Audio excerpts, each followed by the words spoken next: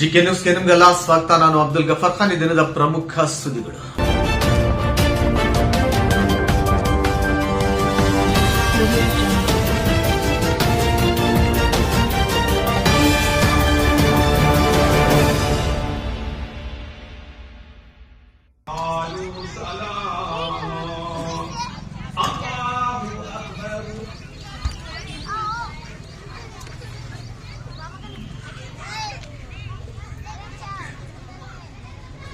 سمع الله لمن حمده الله أكبر.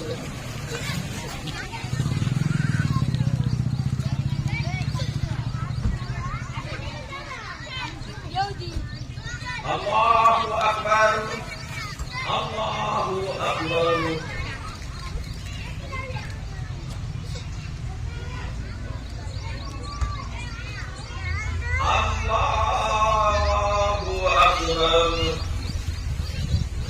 الحمد لله رب العالمين. الله أكبر الله أكبر لا إله إلا الله والله أكبر الله أكبر ولله الحمد. وأفضل صلوات الله على خير خلق الله قاسم رزق الله وزينة عرش الله نبي الأنبياء حبيب رب الأرض والسماء الذي كان نبي وآدم بين الطين والماء نبي الحرمين إمام القبلتين صاحب قاب قوسين جد الحسن والحسين در الله المكنون سر الله المخزون عالم ما كان وما يكون سيد المرسلين خاتم النبيين معدن أنوار الله ومخزن أسرار الله نبينا وحبيبنا ومولانا وملجانا ومأوانا محمد رسول رب العالمين. ಎಲ್ಲ ನನ್ನ ಅಗಡಿ ಬಂಗಾಳಿ ಪಟ್ಟಣದ ಎಲ್ಲ ನನ್ನ ಮುಸ್ಲಿಂ ಬಾಂಧವರಿಗೆ ಬಕ್ರೀದ್ ಹಬ್ಬದ ಆರ್ಥಿಕ ಶುಭಾಶಯಗಳನ್ನು ನಮ್ಮ ಠಾಣಾ ವತಿಯಿಂದ ತಮಗೆ ಕೋರ್ತೀನಿ. ಎಲ್ಲರಿಗೂ ಒಳ್ಳೆಯದಾಗಲಿ. Thank you. ಧನ್ಯವಾದಗಳು ಸರ್. ಸದಾ ತಮ್ಮ ಹಾರೈಕೆ ಬೆಂಬಲ ಹೀಗೆ ಇರಲಿ.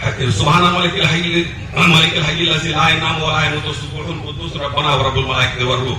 یہ جا کر کے تسبیح کو پوری سنایا، پھر خاموش ہو گئے. اس کے بعد جا کر کے حضرت ابراہیم علیہ السلام نے کہا پھر سناؤ. کہا کہ اگر ایسے ہی کیسے سنائے، اگر جو آدھی ریوڑ آپ کی بچی ہوئی ہے اگر وہ بھی دے دیں تو سنائے. حضرت ابراہیم علیہ السلام نے کہا کہ چلو آدھی ریوڑ جو بچی ہے وہ بھی دے دیتا ہوں. اس کے بعد جا کر کے پھر فرشتوں نے اللہ کی تسبیح کو سنایا. سنانے کے بعد پھر فرشتے خاموش ہو گئے. حضرت ابراہیم علیہ السلام نے کہا کہ اب اور سناؤ. کہا کہ جا کر کے آپ کے پاس جو ریوڑ تھے وہ ختم ہو گئے، اب آپ کیا دیجیے گا سنانے کے بدلے میں. حضرت ابراہیم علیہ السلام نے کہا کہ دیکھو ریوڑ کو چرانے کے لیے تمہیں نوکر کی ضرورت پڑے گی، میں ریوڑ کو چراؤں گا، اس کے بدلے میں میرے رب کے کلام کو سناؤ. حضرت ابراہیم علیہ السلام نے کہا کہ یہ میرے رب کے کلام کو سناؤ. فرشتے یہ دیکھ کر کے کہنے لگے کہ یقیناً اللہ کے آپ خلیل ہیں. اے اللہ کے نبی، ہم جو ہے کوئی انسان نہیں ہے بلکہ ہم اللہ کے فرشتے ہیں. آپ کے اظہار کو دیکھنے کے لیے آئے تھے سو ہم نے دیکھ لیا ہے. اب یہ ریوڑ بھی آپ کا ہے اور ہم لوگ یہاں سے چلتے ہیں. تو اس طرح فرشتوں نے حضرت ابراہیم علیہ السلام کو آزمایا. میرے محترم سامعین، تو حضرت ابراہیم علیہ السلام نے بتا دیا کہ مسلمان وہ ہوتا ہے جو خداوند قدوس کے اوپر اپنے تمام چیزوں کو قربان کر دے، وہی پکا سچا مسلمان ہوتا ہے. میرے محترم سامعین، اس کے علاوہ دیکھیے حضرت ابراہیم علیہ السلام کو خداوند قدوس نے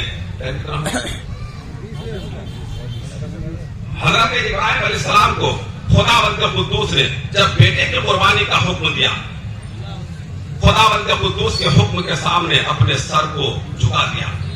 یہ نہیں کہا کہ پروردگار عالم میرا تو ایک ہی بیٹا ہے، اور اس پر بھی جا کر کے بڑھاپے کے عالم میں اس وقت بیٹا ملا.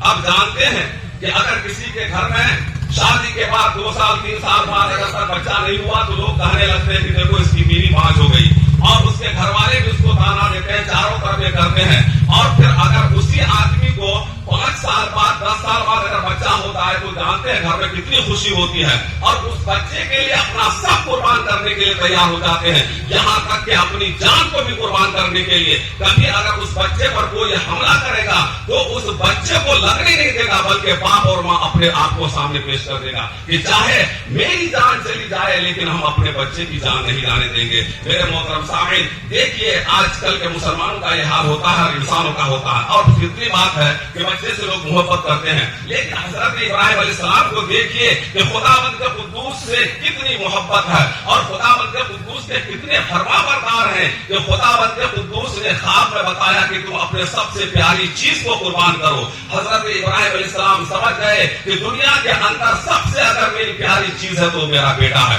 لہذا حضرت ابراہیم علیہ السلام اپنے بیٹے کو لے کر کے جنگل میں چلے قربانی کرنے کے لیے. میرے محترم سامعین، شیطان نے آ کر کے بتایا حضرت اسماعیل علیہ السلام کو اور حضرت ابراہیم علیہ السلام کو بھی یہ کہا کہ دیکھو خواب کی باتوں میں تم اپنے بیٹے کو قربان کرنے جا رہے ہو.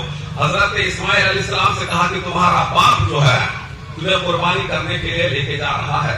میرے محترم سامعین، راستے میں بہت سارے واقع ہوتے لیکن جا کر کے حضرت ابراہیم علیہ السلام جب لے کر کے جنگل میں پہنچے، زیادہ وقت نہیں اس لیے بتا رہا ہوں کہ حضرت ابراہیم علیہ السلام نے اپنے بیٹے سے کہا یا بنی انی ارا فی المنام انی اذبحک فانظر ماذا ترى.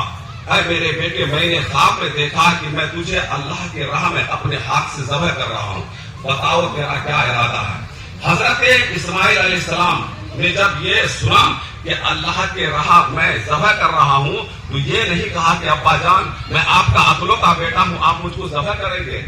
حضرت اسماعیل علیہ السلام نے رویا نہیں، دھویا نہیں. حضرت اسماعیل علیہ السلام نے اپنے باپ کے سامنے ہاتھ پھیلائے نہیں، منت کیا نہیں کہ ابا جان ہم کو ذبح مت کیجیے، بلکہ حضرت اسماعیل علیہ السلام نے کہا یا ابت افعل ما تؤمر ستجدنی انشاءاللہ من الصابرین. حضرت اسماعیل علیہ السلام نے کہا اے میرے باپ، آپ کو اللہ تعالیٰ نے جس کام کا حکم دیا ہے اسے فوراً بجا لائیے، آپ انشاءاللہ ہمیں صبر کرنے والے پائیں گے. میرے محترم سامعین، حضرت اسماعیل نے کہا دیا کہ ہم کو صبر کرنے والے پائیں گے.